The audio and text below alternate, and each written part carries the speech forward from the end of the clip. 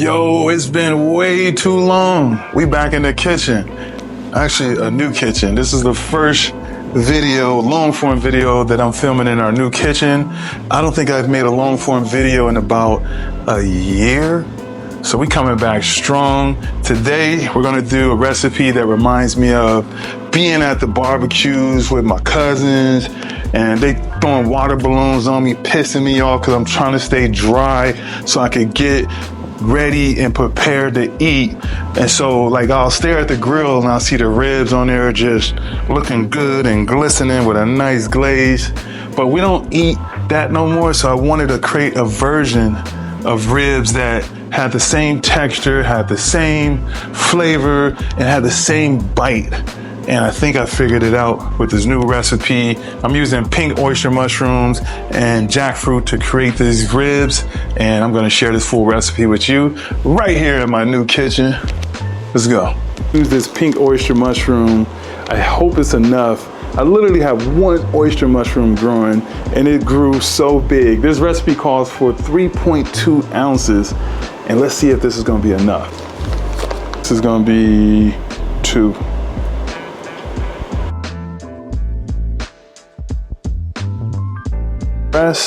To help cook all the water out. Look at all that water just coming out of the mushrooms. I like to cook it out so I can control the flavor. Now we're gonna add our jackfruit chunks.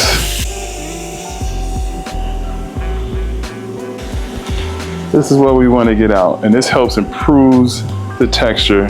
Now you want to add your cooked pink oyster mushrooms with jackfruit to a food processor with barbecue sauce. We're gonna add steak seasoning. All right, now we have all of our ingredients inside of the food processor.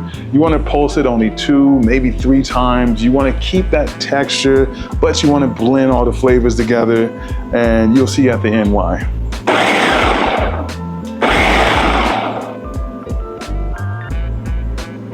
You wanna make sure you get all of it. Don't leave a crumb, because this is all gonna be delicious. You're gonna wish you had more at the end. Now let's add vegetable broth and also avocado oil.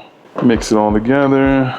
So now I'm gonna add our wheat gluten and mix. I like to use gloves so I can make sure that I'm combining all the ingredients. You want to create a ball shape with our ingredients, and it's okay if some of the ingredients are falling out. We want to keep this texture because this is going to be what makes your friends so awed and amazed that this is actually plant-based, because once we cook this texture is going to give us a really good look.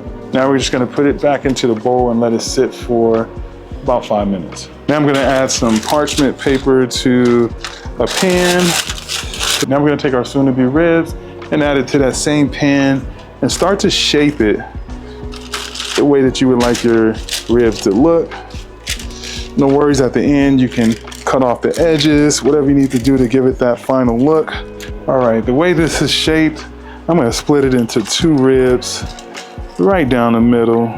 Next, we're gonna coat some avocado oil on the outsides, on the sides, and then when we bring it out, we'll flip it and do the other side. And now we're gonna add oil on top again and barbecue sauce. And we're gonna do this every 20 minutes. We'll pop it out and add another layer. All right, fresh out the oven. Look at this. So I let them set for a little bit, but now let's go take them outside and put them on the grill.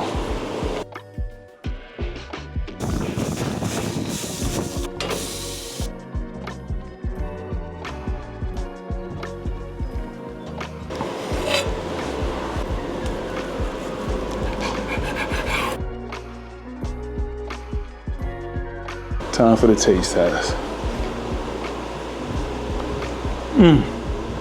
I want to say thank you to everybody for rocking with Turnip Vegan. We almost have grown this community to 200,000 people. So I will continue to drop more long form content so I can connect more with the community. So make sure to subscribe if you're a first time viewer, and make sure to share and say what's up in the comments. Peace.